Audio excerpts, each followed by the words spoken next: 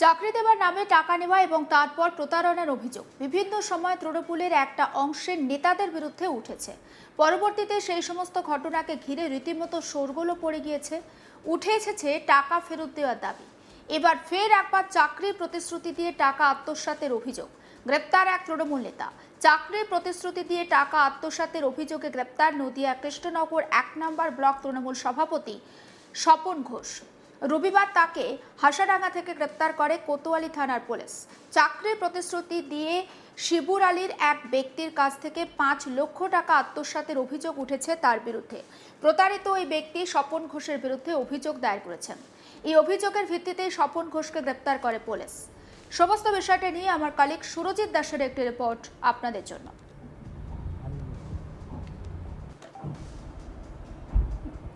BJP সরকারের প্রায় ১ মাস অতিক্রান্ত হয়েছে। রাজ্যের মুখ্যমন্ত্রী হয়েছেন শুভেন্দু অধিকারী। তারপরে দেখা গেল যে পালা বদলের পরেই গোটা রাজ্য জুড়ে তৃণমূলের দুর্নীতি এবং অন্যান্য অভিযোগ নিয়ে তৃণমূল নেতা থেকে শুরু করে মন্ত্রীরা গ্রেপ্তার হচ্ছেন। কোথাও তাদের যখন জেলে কিংবা আদালতে তোলা হচ্ছে তখন তাদের লক্ষ্য করে ডিম ছোড়া হচ্ছে। বিভিন্ন দুর্নীতি যেমন তোলাবাজি, চাকরি দুর্নীতি, পাশাপাশি সরকারি ত্রাণ অবৈধভাবে মজুত রাখার অভিযোগ, অর্থাৎ একাধিক দুর্নীতি নিয়ে কোথাও কোনো তৃণমূল নেতাকে গ্রেপ্তার করা হচ্ছে। শুধু তাই নয়, শুধু পুলিশ গ্রেপ্তার করছে এমনটা নয়, তৃণমূল নেতাদের ধরে কোথাও দেখা যাচ্ছে যে সাধারণ মানুষ থেকে শুরু করে বিজেপি সমর্থক বিশেষ করে তারা মাজায় দড়ি বেঁধে ঘোরাচ্ছেন, কোথাও নিজেরাই রাস্তায় দাঁড়ালেই ডিম ফাটাচ্ছেন। ঠিক তার ব্যতিক্রম কিন্তু নদিয়ায় নয়। নদিয়ায় এরকম একাধিক ঘটনা ঘটেছে যেখানে দেখা গেছে তৃণমূল নেতাদের লক্ষ্য করে ডিম ছুটতে, পাশাপাশি তাদের ঘেরাও করে বিক্ষোভ দেখাতে এবং পাশাপাশি গ্রেপ্তার করতেও। নবদ্বীপের চেয়ারম্যান বিমানকৃষ্ণ সাহা, তৃণমূল নেতা, দীর্ঘদিনের তৃণমূলের প্রবীণ নেতা, তার একটি পরিচালিত ক্লাবে সরকারি ত্রাণ অবৈধভাবে মজুত রাখার অভিযোগে পুলিশ তাকে গ্রেপ্তার করেছে। বর্তমানে তিনি জেল হেফাজতে রয়েছেন। এমনকি কৃষ্ণনগর দক্ষিণের বিধায়ক, প্রাক্তন বিধায়ক তথা রাজ্যের প্রাক্তন মন্ত্রী, খুব গুরুত্বপূর্ণ বিভিন্ন পদ সামলেছেন। পাশাপাশি দীর্ঘদিনের প্রবীণ তৃণমূল নেতা, প্রথম থেকেই তিনি তৃণমূল দলটাতে ছিলেন।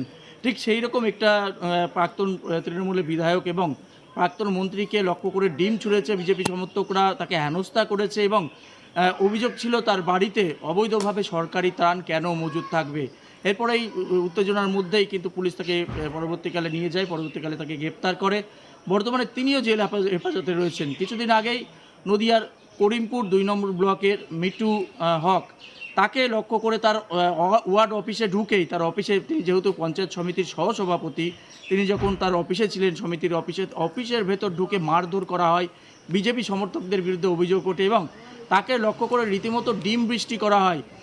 এই ছবি কিন্তু সোশ্যাল মিডিয়ায় উঠে আসে। পরবর্তীকালে যদিও মহুয়া মৈত্র এই ঘটনার তীব্র নিন্দা করেন এবং হুঁশিয়ারি দেন যে যারা যারা ভিডিও এই ঘটনা দেখা যাচ্ছে তাদের প্রত্যেকের বিরুদ্ধে এফআইআর দায়ের করা হয়েছে। গ্রেপ্তার না হলে আগামী দিনে আদালতে যাওয়া হবে। শুধুমাত্র এই করিমপুরের ঘটনা নয়, আপ টু কল্যাণী, অর্থাৎ কল্যাণীতেও দেখা গেছে একাধিক এইরকম ঘটনা ঘটতে, যেখানে কল্যাণীর পৌরসভার কাউন্সিলরদের ওয়ার্ড অফিসের ভেতরে ঢুকেই ওয়ার্ড অফিস তছনছ করা হয়। সেখানে বিজেপি কর্মীরা অভিযোগ তোলেন যে শয়ে শয়ে আধার কার্ড এবং ভোটার কার্ড মজুদ রেখেছিলেন এই তৃণমূল কাউন্সিলর। এমনকি সেখান থেকে মদের বোতল এবং কন্ডম উদ্ধার হয়।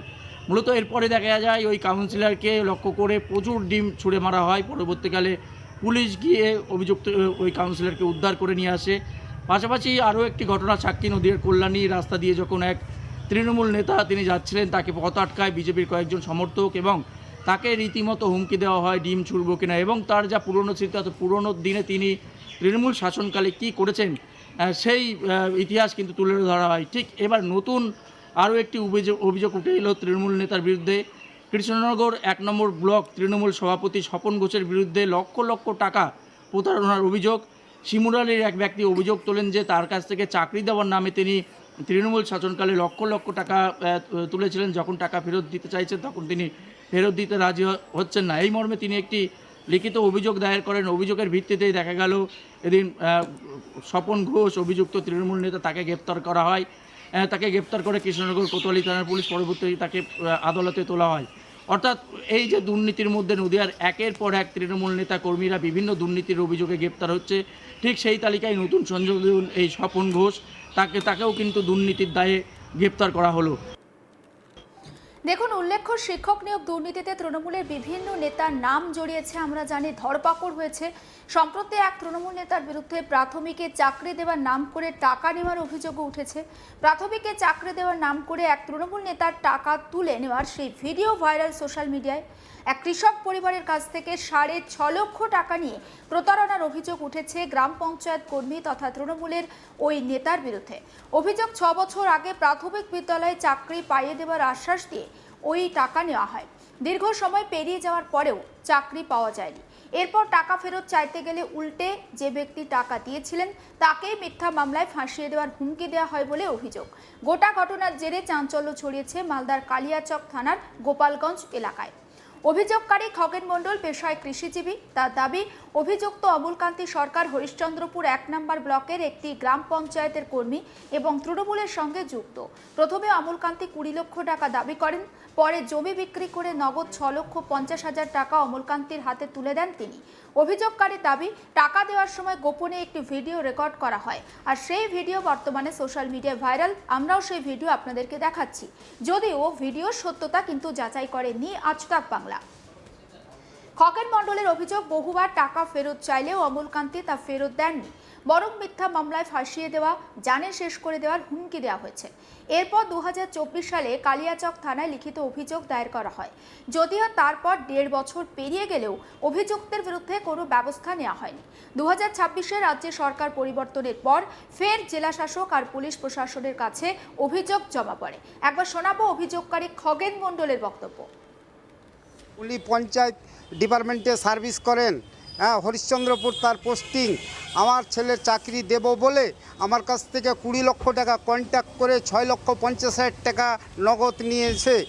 তাকে টাকার কথা বললে আমাকে হুমকি দেয়, উনি টিএমসি পার্টি করেন।